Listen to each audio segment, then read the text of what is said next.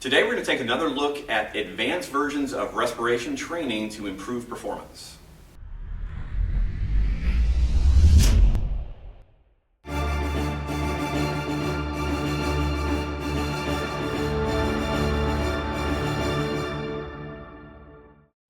In last week's video, we talked about 3 different base level respiration training drills focusing on what we call pursed-lipped or straw breathing. We talked about doing those in the seated position and then doing walking and then actually doing something a little bit more physical like push-ups or squats or some kind of body weight exercise to increase the difficulty of respiratory control. Now what I want to do is I want to give you one additional sequence to focus on. The first 3 that I talked about in last week's blog, I said you might master those in a week. It may take you months, but I want you to have another goal in mind, which is an advancement of the whole pursed-lip breathing practice.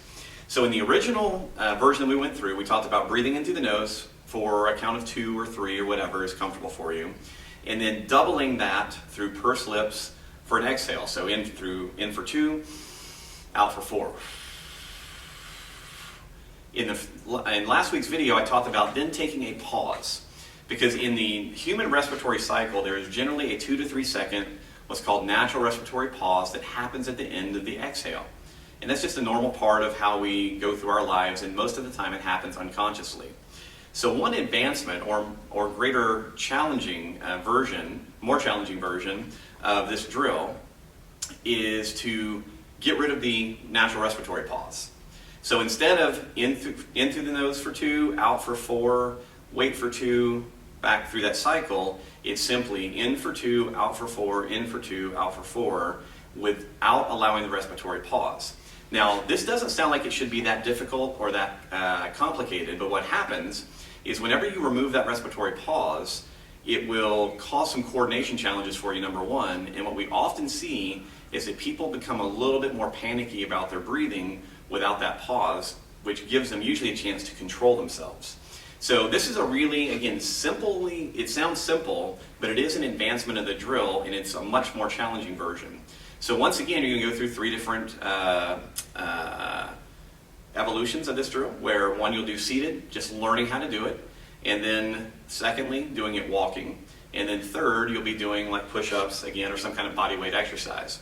So what I'm going to do is I'm going to do a quick version of this in push-ups.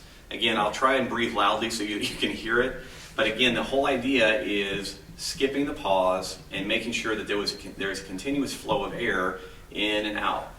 So if I go down into a push-up position, I'm going to get nice and long and tall, try and use good technique. So I'll start with a 2-second inhale on the way down.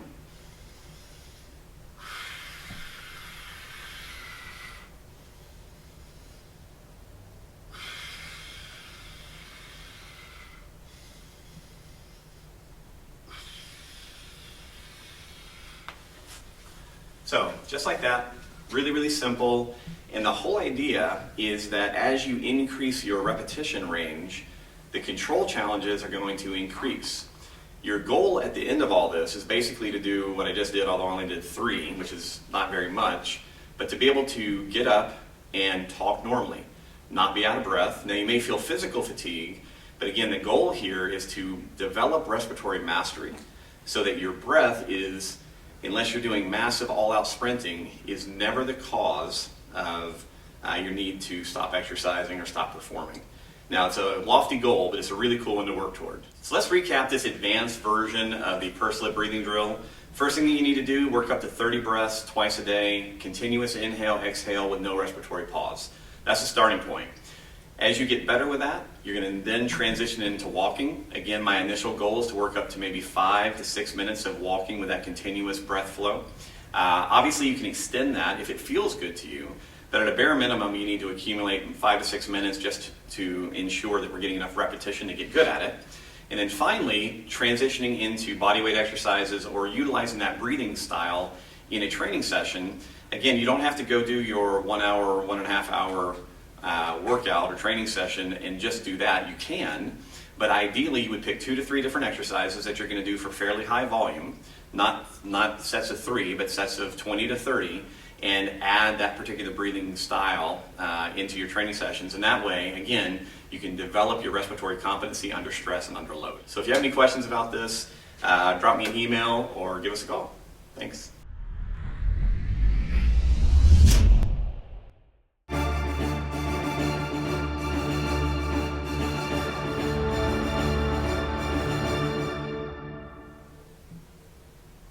Sorry.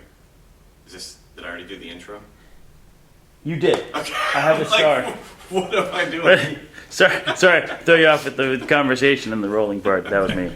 All right.